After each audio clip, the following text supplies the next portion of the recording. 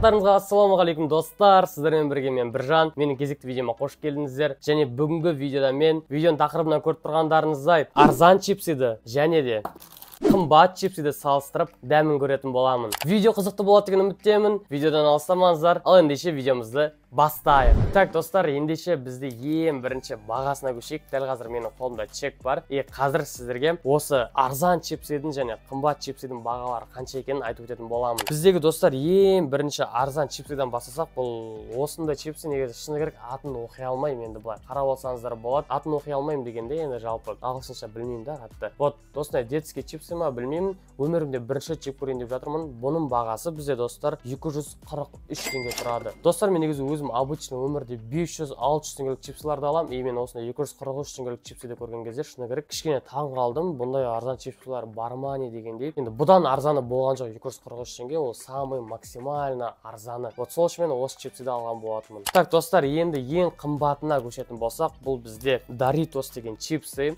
Негізінде достар, бұл Doritostан да шыны керек сәл қымбатырақ чипсилар болды. Но енді мен чипсиларды алған кезде әрқайсының құрамын оқимын, составын оқимын. И сол кезде қымбат түрлерінде сәл бір сомнительный, бір күмән тудыратындай нәрселер болғандай болды. Мен нақты құрамды енді мықты білем деп айта алмаймын, но тәуекелге барғым келген жоқ. Енді сол үшін мен енді Doritos алған болатынмын. Бұның құрамынан қатты бір аса бір сомнительный ештеңе тапқан жоқпын. Сол үшін мен осы Doritosты алған болатынмын. Бұл Doritostың бағасының өзі енді әжептәуір қымбат тұрады негізінде. Бұның бағасы бізде почти 1000 теңге.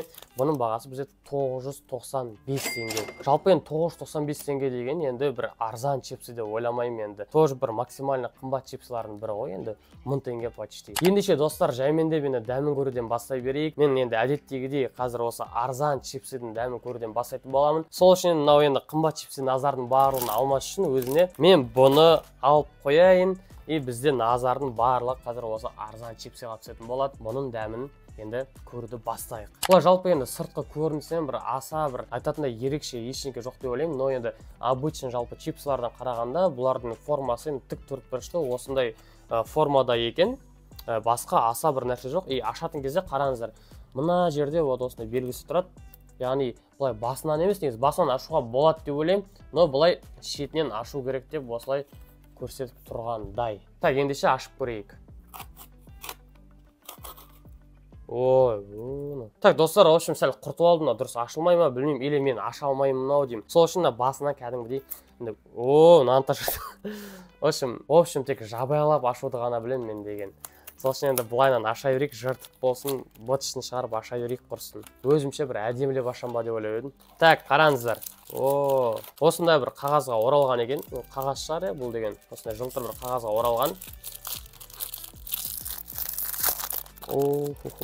Айтпақшы достар, бұл бізде көк шөп қосылған қаймақ деген осындай бір дәммен істелген екен. Қазір дәмін көреміз. Негізі маған бұл дәм ұнайды. Жалпы өмірде ұнайды. Так достар, қараңыздар, осындай екен. Былайынан жатса. Так, ендеше жаймендеп біреуін алып, енді дәмін көрейік. Былай иісін ескісек, иісі бар ма екен? Иісін қатты сезіп тұрған жоқпын. Вот. Ал, бисмилля.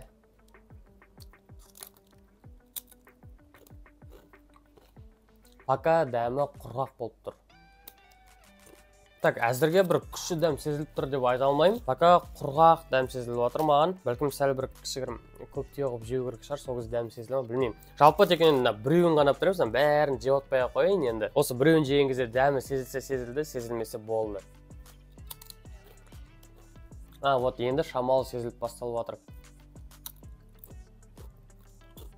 Енді 243 теңгеге бәрібір де бір андай күшті дәмді күтіп отырған жоқпын негізінде. Но пока что нормально деп ойлаймын. 243 теңгеге қасына бір енді әдемі бір сок болса негізінде. Жоқ, негізі күшті екен дәмі. Так, достар, мен біреуін жеп бітірдім. Негізінде достар, дәмі күшті, бұлай басында қатты білінбегенде болды, тек қана құрғатып жіберді аузымды. Ал бұлай дәмі негізінде өте күшті. Еще қараңыздар, әлі қаншамасы бар мына жерде деген. Бір 7 ма, 8 ма бар. Қасыңа бір әдемі бір макс чай ма, бір жақсы бір сок алып алсан, қасына бір 243 теңгелік арзан осындай бір чипсімен негізінде әдемі дәм болады. Так, достар, жалпы 243 теңгеге менің ойымша стоит бұл чипсы. Негізінде кейбір қымбат сухариктерден немесе қымбат чипсілерден қарағанда мынау әлде қайда дұрыс болады деп ойлаймын. Енді ол менің ойымша. Достар, негізі өзінің бағасына лайықты жақсы чипсы деп айта аламын. Все, достар, біз енді осы 243 теңгелік чипсидің дәмін көрдік. Енді келесі бізде қазір қымбат чипсидің дәмін көретін боламыз. Ал, достар, бізде қымбат чипс Doritos. Мен негізінде Doritosты енді көбісі жеп көрген деп ойлаймын. Мен өзім жалпы осы Doritosты 3 жыл бұрын жеген шығармын, шынымды айтсам.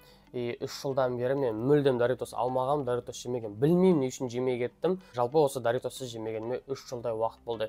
Қазір қымбат чипсы деп алған чипсім қазір қайттан дәмін көретін боламын. Бұл енді сыртына қарайтын болсақ, әрине үлкен чипсы 995 теңгелік чипсы болғаннан кейін енді әрине мына 243 теңгелікке қарағанда тойымды болады. Бұның бір жақсысы, достар, бұл өте ащы чипсы менің ойымша. Қазір енді осының дәмін көреміз.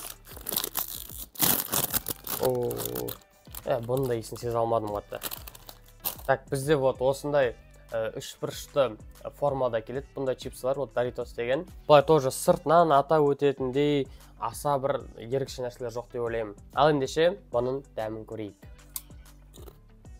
Бұның дәмі деген сразу сезіледі ғой. Уже ашшылығы басалып жатыр, мен тіліме тиіп, кәдімгідей уже ашы болып жатыр. Достар, айтпақшы, сіздерден сұрағым келеді, қалай ойлайсыздар? Лейс жақсы ма, әлде осы Doritos жақсы ма?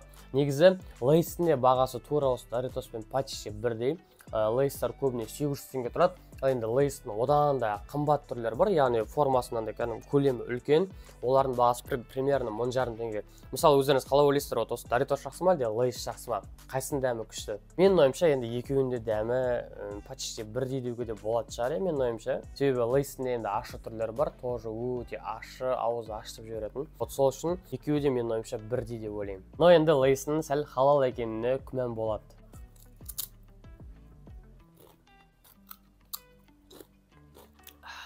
Мен уже аузым ашып басадыр, қазір су ішпесем болмай жатыр. Жалпы енді Doritostың енді өзі дәмі бөлек қой, енді шыны керек, мойындау керек. Қанша жерден қымбат болса да, енді дәмі өзінің бағасына шыны керек тұрақты. Тұрақты деп ойлаймын, немесе енді сәл арзан болу керек деп ойлаймын, но никак қымбат емес деп ойлаймын. Енді жалпы өз бағасына 995 теңгеге тұрады деп ойлаймын. Достар, ендеше салыстыру жағынан келетін болсақ, жалпы екі чипсиді өзінің бағаларына тұрақты, өзінің бағаларына ұстайды негізінде.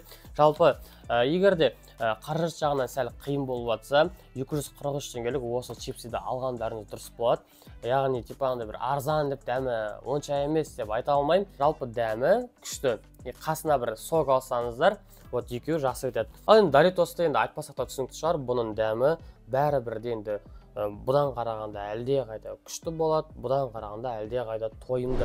Ал достар, ендеше бүгіндікке біздің арзан және қымбат чипсиді салыстырып дәмін көру видеомыз өзінің соңына жетті. Егер видео ұнаған болса, лайк басып, арнаға жазылып, пікір қалдырып, достарыңызбен бөлісуді ұмытпаңыздар. Ал ендеше қоштаспаймыз, келесі кездескенше.